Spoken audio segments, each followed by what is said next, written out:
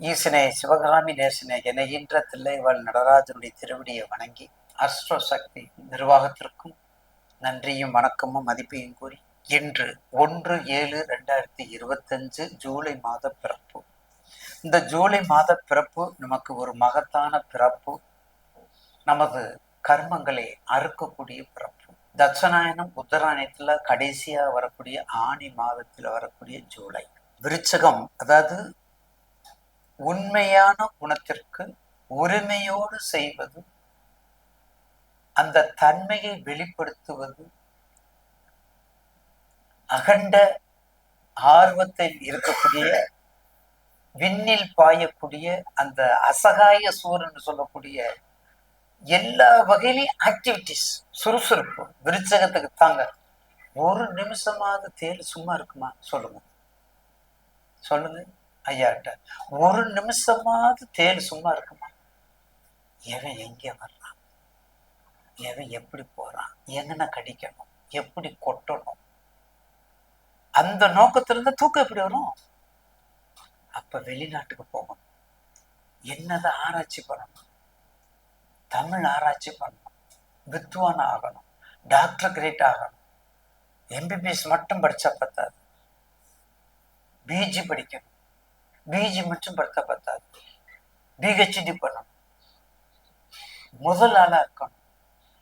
Doctor Radhakrishnan எப்படி அடையாளம் இருக்காங்க, வணக்கத்துக்குரிய மேன்மை தங்கிய அப்துல் கலாம் ஐயா எப்படி இருக்காங்க, அந்த நல்லவங்களா பார்த்து மனசுல பதிய வைக்கணும்.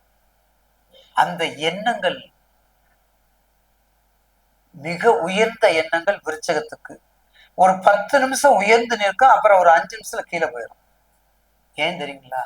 விருச்சகத்துல சந்திரன் நீச்சம், செவ்வாய் ஆட்சி, நீச பங்க ராஜயோகம், மாறி மாறி சீக்வன்ஸா வந்துகிட்டு இருக்கோம்.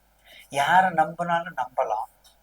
மகர ராசி விருச்சக ராசியை கொஞ்சம் நம்ப முடியாது, அந்த நீச்சம். அதே மாதிரி ரோகிணி, ரிஷபத்தையும் நம்ம பெருசா சொல்றோம், ரிஷபத்தையும் நம்ம நம்ப முடியாது. ரிஷபத்துல என்ன முக்கியமான நீச்சம் இல்லை, அங்க சேடு பிளானட், அங்க ராகு கேதுக்களுக்கு நீச்சம், அங்க ராகு கேதுக்கு நீச்சம். அதே ஆப்போசிட் சந்திரன் உச்சம். ஆக விருச்சகத்திற்கு நிச்சயமாக ஒரு பிரதிபலன் உண்டு.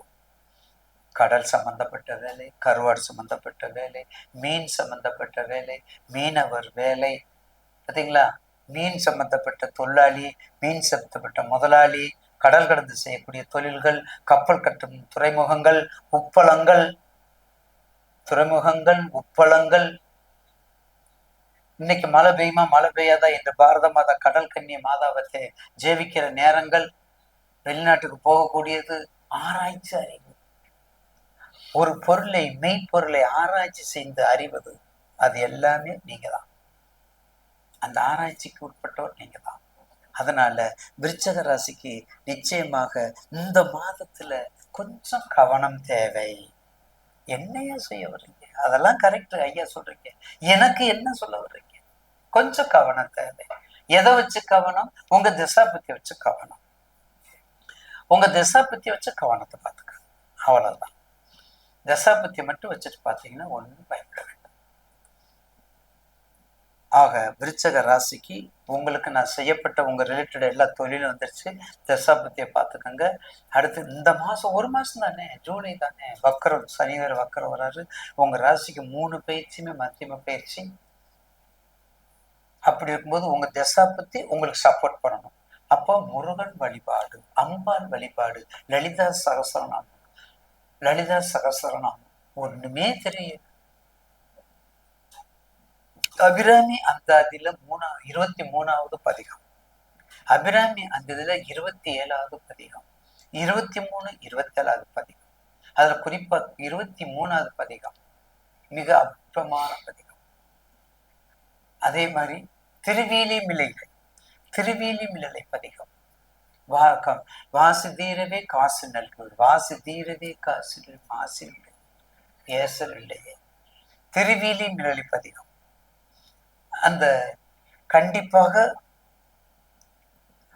கொடுத்த கண்ணை திருப்பி வர்றதுக்கு, மீண்டும் மீண்டும் வர்றதுக்கு எல்லாமே திருவிடை மருது, திருவாஞ்சியம், இதெல்லாம் போய் இப்படிலாம் போய் வந்தா விருச்சிக ராசி நேயர்களுக்கு கொஞ்சம் கவனத்தோடு இருக்கணுங்க. தயவு செய்து உங்களை பாதம் தொட்டு வணங்கிக்கிறேன். ஏன்னா நேயர்கள் தான் எங்களுக்கு முக்கியம். இன்னைக்கு ஏதாவது சொல்லிட்டு போறது முக்கியம் இல்லை. ஐயா தான் அதை அப்படியே சொன்னாங்கன்னு சொல்லணும், கமெண்ட்ஸ்ல சொல்லணும். அப்படிப்பட்ட விருச்சகம் ரொம்ப கவனமாக இருக்கணும். 3 ராசி மத்தியம ராசி தானே, 3 ராசியுமே மத்தியம ராசி தான். அப்ப தசாபுத்த சப்போர்ட்டா இருக்கணும். வாழ்த்துக்கள்.